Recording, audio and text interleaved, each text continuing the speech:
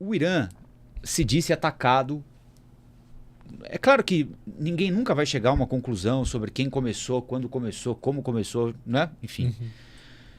Você, como especialista nisso, sabe muito melhor do que qualquer um de nós que, enfim, tratamos de algo secular aqui. Mas nesse episódio específico, você tem o Irã dizendo o seguinte: a nossa embaixada foi atacada, morreram ali 16 pessoas, se eu não estiver enganado, sendo 7 militares de alta patente. O Irã disse o seguinte: fomos atacados então, e quem nos atacou foi Israel. Israel não disse que sim, não disse que não, né? Israel não admitiu o ataque, mas também não negou o ataque à embaixada iraniana na Síria. Ponto. O Irã diz: nós vamos responder.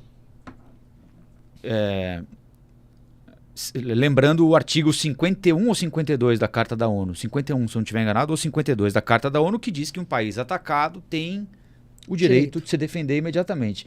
Foi o mesmo artigo evocado por Israel para se defender do ataque terrorista do Hamas.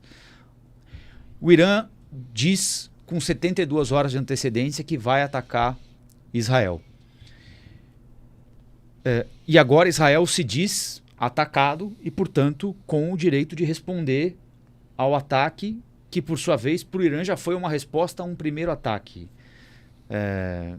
Eu queria que você ilustrasse ou iluminasse um pouco para a gente o que está acontecendo ali naquela região. Posso confundir vocês ainda mais? Não.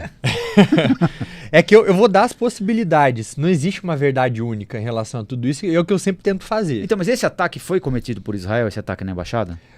Tudo indica que faz parte da tática de Israel, que já vem acontecendo desde talvez de poucos meses para cá. Já foram 12 militares de alto escalão mortos, iranianos. Então, o que o Irã fazia na região? Ele tem aqueles grupos, os proxies, que são as milícias iranianas que ele vem mantendo ao longo dos anos para realmente não fazer aquele trabalho sujo. Hamas, Hezbollah, os Houthis e a Jihad Islâmica Palestina também. Então, essa tática era justamente para sempre poder terceirizar qualquer ataque. Então também não dá para falar que o Irã nunca atacou, para justamente não poder falar que o Irã atacou Israel. Esses ataques aconteciam, só que aconteciam por meio desses grupos. Então ele se blindava nesse quesito. Esse argumento da embaixada que o Irã está usando deveria ser um lugar sagrado, um lugar que não poderia ser violado. O que explica, então, aquela crise na embaixada norte-americana inteira, que durou 444 dias, quando estudantes iranianos invadiram e deixaram mais de 50 reféns durante 444 dias? Então, naquele contexto, era válido? O governo fala que quem fez aquilo foram os estudantes, mas o governo foi conivente durante mais de um ano e meio. Então, assim, é aquele tipo de argumento... Desculpa. É aquele tipo de argumento que você consegue usar, mas só para falar do outro, porque quando é aplicado a você também não é válido. Então, tudo indica que foi Israel por conta desse plano de caçar esses comandantes iranianos, porque Israel se sente, e eu não estou justificando nada, nenhum lado, eu estou falando como cada um se sente. Israel se sente perseguido porque sabe que esses grupos foram criados, foram armados e foram treinados para destruir Israel em parte. Cada grupo também tem seu objetivo principal no seu próprio país, mas recebiam financiamento porque eles tinham também objetivos comuns com o regime iraniano, o fim do Estado de Israel. Então, o Israel se sentia assim. E o que mudou, talvez, desse outro ataque, dos outros ataques de Israel a outros comandantes para agora? Existe uma possibilidade de que o próprio governo islâmico, o governo teocrático do Irã, está cada vez se radicalizando mais, com pessoas que têm aí ascendido ao governo, exigindo que essa postura de paciência histórica que o Irã teve de que isso tem que ser abandonado, se a teocracia quiser continuar a existir. O que esse conceito de paciência histórica? É de justamente, conforme Israel e os ocidentes tomavam atitudes em relação ao Irã, então você querer sabotar um militar ou sabotar um regime, enfim, algum comandante, o que o Irã fazia? Ao invés de atacar Israel diretamente, ia lá e armava o grupo. Então ele usava da raiva para tornar esses grupos mais fortes, e foi isso que mudou de 2 semanas para cá.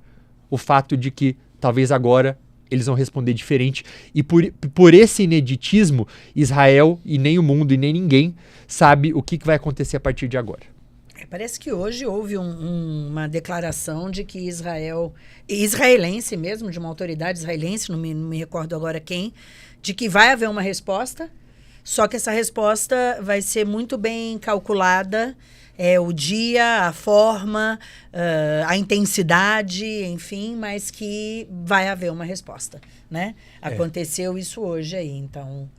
Agora é aguardar, né? Obviamente que Israel está sendo pressionado pelos seus aliados e pelo mundo inteiro, pela própria ONU, enfim, a não deixar esse conflito realmente estourar, né? Porque as consequências são, não vou dizer inimagináveis, porque o que se imagina é drástico o suficiente, né? Problemas, e nós já estamos vendo as consequências aqui. A primeira delas, sempre que acontece qualquer coisa no Oriente Médio, é o aumento do preço do petróleo. E aqui no Brasil, o aumento do dólar. Já está acontecendo também, aí essas últimas semanas, já veio aí numa subida que continua.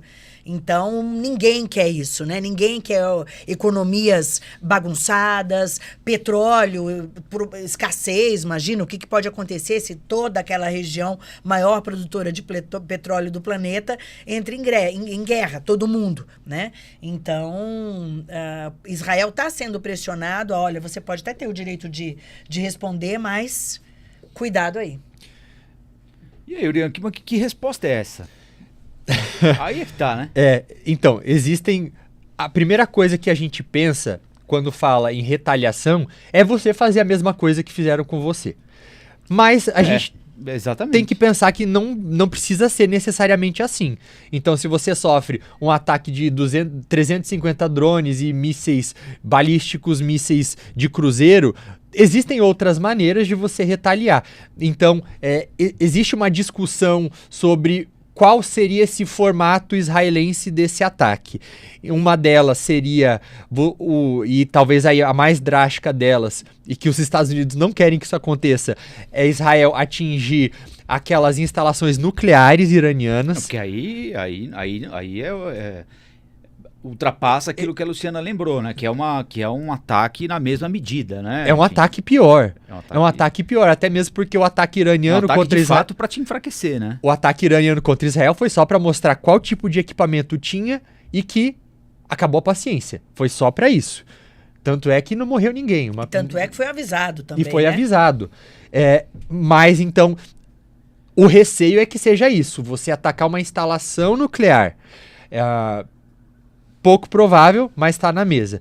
A segunda possibilidade que existe seria de fazer algo que Israel já tem feito ao longo do tempo, que é continuar atacando os proxies, os exércitos privados do Irã que ele ajuda a financiar nos outros países da região. Poderia ser feito, porém, isso foi o que causou essa reação iraniana. Então você vai continuar algo que causou um ataque? Terceira possibilidade: ataque cibernético contra o Irã, que é uma maneira não violenta de você mostrar força. Isso é discutido também. E... Porque assim, a única não possibilidade é de Israel não responder. Não é? Que é o que o Biden e os países do G7 têm tentado convencer. Mas aí tem toda a pressão interna contra o Netanyahu, né? Qual que é o argumento que eles têm usado para tentar convencer? Para ele não responder é sinal de fraqueza, né? De debilidade. Então, mas o Biden e o G7 têm tentado colocar na cabeça do Netanyahu... Que não perder foi uma vitória, né? Que ele mostrar que ele conseguiu proteger 99% dos ataques, Mas por outro lado, assim, eu consegui 99% Até eu que sou dos mais bobo, não cairia nessa. Só que assim, eu consegui proteger 99% dos ataques que já sabiam, que foram calculados para não fazer nada demais. Então, é complicada a posição do próprio Joe Biden, se a gente for parar para ver, porque ele precisa mostrar que tá do lado do Irã, mas ao mesmo tempo não pode ser Do um lado de apoio... Israel. É do lado de Israel, mas ao mesmo tempo não um apoio tão incondicional a ponto de não poder cobrar em relação à omissão israelense em relação a Gaza, e até as atitudes, porque nem tudo lá é omissão, muita coisa é deliberada. E precisa também, ao mesmo tempo, dissuadir o Irã. Para que não escale isso. Então, é realmente muito difícil e hoje teve uma terceira reunião daquele gabinete de guerra formado pelo Netanyahu, mas nada foi declarado ainda sobre o que de fato vai ser feito. A gente vai ter que esperar para ver. E vai ser de surpresa, né? Provavelmente, né? Provavelmente. Não vai ter aquele aviso que o Irã fez 72 horas antes. Depende do que for fazer. Se for algo mais drástico, talvez seja necessário ter um Agora, aviso. essa guerra de fato não interessa pro mundo? Sempre tem alguém querendo ver o circo pegar fogo. Rússia. Ué, a Rússia já tá super Para os sancionada. Estados Unidos e para a China, não. Estados Unidos não, China pode ser. Rússia que tá super sancionada, então você, de repente, criar uma falta de estabilidade ali, onde não regional. Por que regional? Porque os grupos iranianos que estão nos países não iriam ficar sem fazer nada. Então você tem Israel em guerra, você tem o Irã em guerra e outros grupos dentro dos outros países, inclusive com outro ineditismo, que são países árabes meio que se colocando do lado do Irã agora, como Jordânia e Arábia Saudita, algo que a gente nunca tinha visto antes. Jordânia abatendo o drone iraniano com a justificativa de que era para proteger seu próprio território e a Arábia Saudita ajudando com inteligência. Então, tá bagunçado pra caramba. Se a região como um todo desestabiliza, você acaba aumentando o preço do petróleo no mundo e a Rússia é um grande produtor de petróleo. Você precisa de mais equipamentos norte-americanos, mais ajuda militar para lá. Então, acaba também enfraquecendo a defesa na Ucrânia, que já tá capenga pra caramba. Você, então, ajuda a Rússia nesse aspecto. Você usa a vantagem do Irã da Rússia ter uma vantagem ali de influência sobre o regime iraniano também. A Rússia usa isso na mesa do Conselho de Segurança da ONU para falar, vamos negociar algumas coisas aqui, eu dou uma apertada no Irã, mas afrouxa algumas coisas aqui pra a situação ficar mais fácil para mim em relação à Ucrânia. Então, existe sim o interesse grande da Rússia em ver o circo pegar fogo nessa região. E será que da China também não, com a história de Taiwan? Quer dizer, enquanto tem uma guerra rolando ali, ninguém vai perturbar ela. Quer dizer, imaginem Estados Unidos, obviamente, envolvido numa guerra no Oriente Médio, porque falou que não vai fazer nada, mas o que todo mundo diz é o seguinte, é óbvio que vai fazer, né? Se começar mesmo, de fato, uma confusão ali, uma escalada, óbvio que os Estados Unidos não vão ficar, quem imagina os Estados Unidos sentados assistindo. Sim. Não, vão participar e vão defender seus muitos interesses ali na região. E, obviamente, a gente sabe que existe essa bomba relógio que é a China e Taiwan. Então, acho que historicamente, muitas guerras, muitas potências se aproveitaram de outros conflitos para, nesse momento de confusão tal e de atenção voltada para um lugar, atacar em outro. Com certeza. Né? Tudo isso tem sido... A China tá já há alguns anos triplicando o número de armas nucleares. Taiwan tá na defensiva também, já ali. E a China tá testando agora a reação do Ocidente em relação a essas invasões. Então, se o Ocidente não faz nada, e é por isso que é tão importante os Estados Unidos continuarem a ajudar militarmente a Ucrânia, ajudar a conter a situação no Oriente Médio, é porque, se nada for feito, é uma carta verde aí para a China agir em relação a Taiwan também. Esses países lucram com a estabilidade, acabam muitas vezes não aderindo àquelas sanções internacionais para acabar se beneficiando economicamente também. Então, a China escolhe quanto quer pagar no petróleo e no gás russo. A Europa não compra mais, de repente, mas a China compra. Então, acaba ganhando. Bom, vamos aguardar, né? E torcer para que nada de tão ruim assim aconteça, mas embora as coisas se avizinhem dramáticas, né? E a gente nem citou os aspectos humanitários, porque isso é para um outro dia, mas é algo que não dá nem para mensurar. E é outro assunto que fica desviado quando você tem uma guerra iminente entre Irã e Israel, né? Para de se falar em Gaza, para de se falar em Ucrânia, em Sudão, né? Que a situação lá do Sudão é gravíssima também, humanitária, enfim. Olá, aqui é o Rafael Colombo. Gostou do que acabou de assistir? Se inscreva no canal Cortes do Flow News para os melhores momentos. Quer acompanhar os nossos programas na íntegra? Então se inscreva no nosso canal oficial, Flow News.